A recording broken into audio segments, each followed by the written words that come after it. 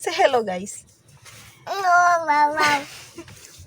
Antok na ito siya, guys. Hindi pa natutulog. So, 2:00 pasado na. So, kami ay inutusan na lumabas para bumili ng ata. So, ubos na naman ang aming ata, guys. Tsaka some masalas na hindi na available. Ata or flour. Ayan. Flour. Gulit's right pronunciation is flour. Whatever. So, yung dry face ni Just, guys, pagaling na siya, oh. Hindi siya halata sa camera, no? Pero pagaling na yung kanyang dry face dahil sa lamig. Ayan. So, let's go, guys. We will show you the way. At maganda yung panahon, guys. Mahangin na malamig, tsaka mainit. Ayan. So, nakapagpatuyo kami ng damit. Tsaka nakapagbilad ako ng aming mattress na panay ihi si Jazz. Ano? Wow! And You being masungit, anak. See your face, oh. Sungit. Sungit. And Sungit, baby. My pillow had cockroach. So, alam niyo ba, guys, may kwento ako sa pillow ni Mr. Tawang-tawa ako. Sa kaartihan niya, yan, nakarma siya. Charot. So, ayan nga, guys, nagbilad ako ng mattress, no? So, siya is, itatago niya yung unan niya sa cabinet. Then, how you able to notice it? Because when I thought that I should dry my pillow in sun also, like make it pillow in sun for a while. Then once I took it off, it's straightly. So tawang-tawa ako, guys, kasi nung pagtanggal niya ng pillow cover niya, may paa ng mga ipis. Like how it entered, I have no clue. It's so clean, like I changing every day. Yeah, imagine, guys, nag-change siya every day ng kanyang pillow cover or every other day like that. Basta nakita niya kasing hawak na hawakan ni Just yung pillow cover niya, magpapalit yan.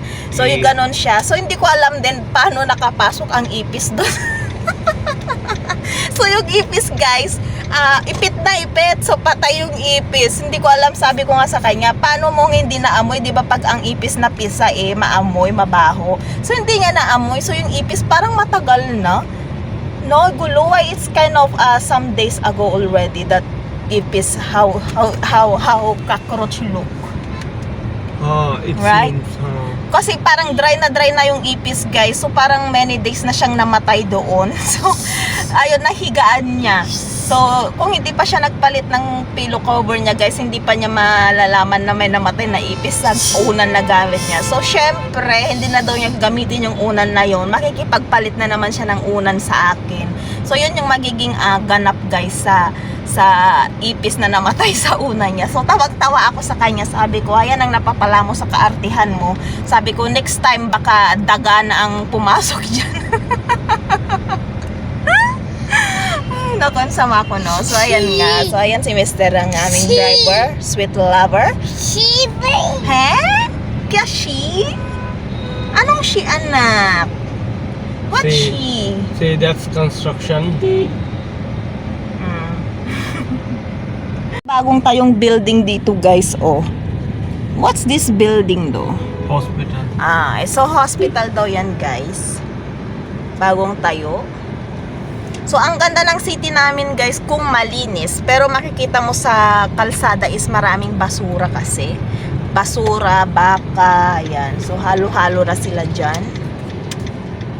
So, ang ganda sana ng city, pero ganun ang scenario.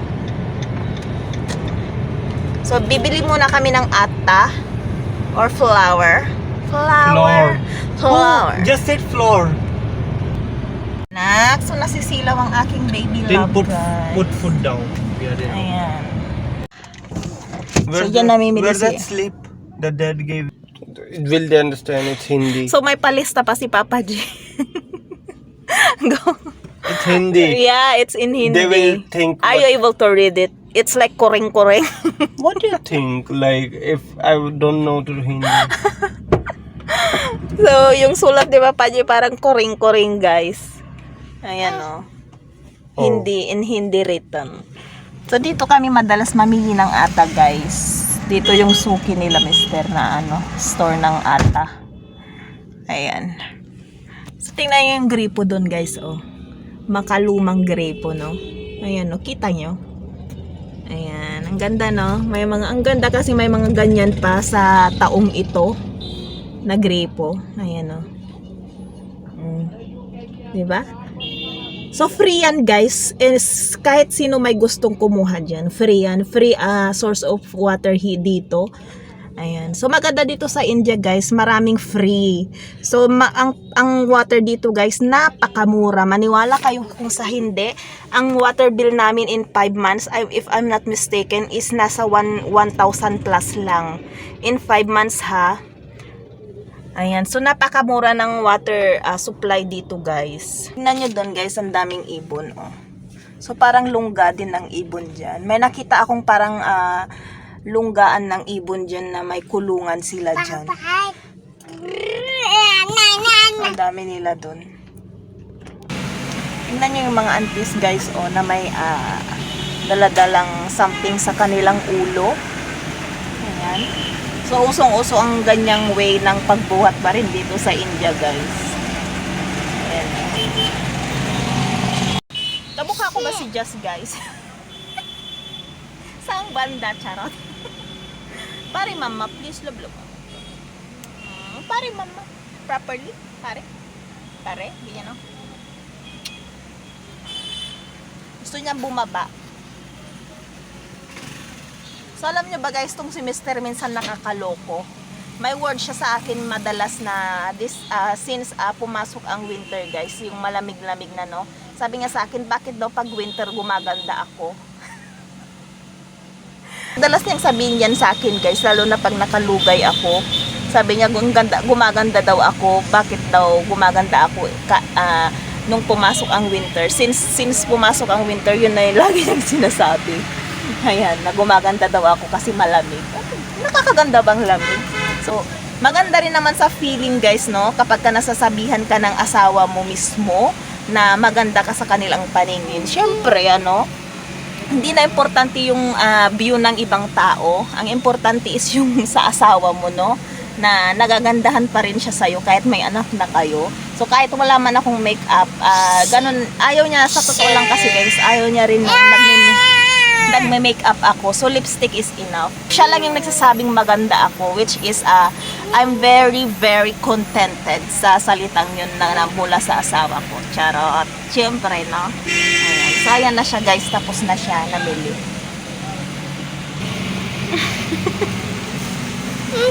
Ang sungit ng mukha mo, guys. So, habang lumalaki si Just, guys, nagmumukha siyang papa niya, no? Yun ang napapansin namin sa kanya. Habang nag-grow siya, nagmumukha siyang lalo ni papa niya. So, ganito siya pag inaantok siya, guys. So, tingnan nyo. Napakasungit ng mukha. Pero ang cute-cute pa rin, no? What happened to your face? Eh? What happened to Joshka face? Why you so cute? Eh? Acha. You're sleepy. Joshka sleepy. No? So, bibili na lang kami ng wipes ni Just, guys. Kasi nga, di ba malamig na. So, since pumasok ang winter, hindi ko na siya nililiguan ng gabi, guys. Mahirap na kasi baka magkasakit ang baby ko. So, ang ginagawa ko na lang is hinuhugasan ko na lang yung kanyang kamay. Then, rest, guys, is wipes na yung gamit kong pangpunas sa kanya bago siya matulog ng gabi. So, hayun. So, dyan na natin i-end ang ating video for today, guys. Thank you for watching. Bye-bye. Say bye-bye, anak to titas. Flying kiss to them. Ocha. Bye, guys. Love you all.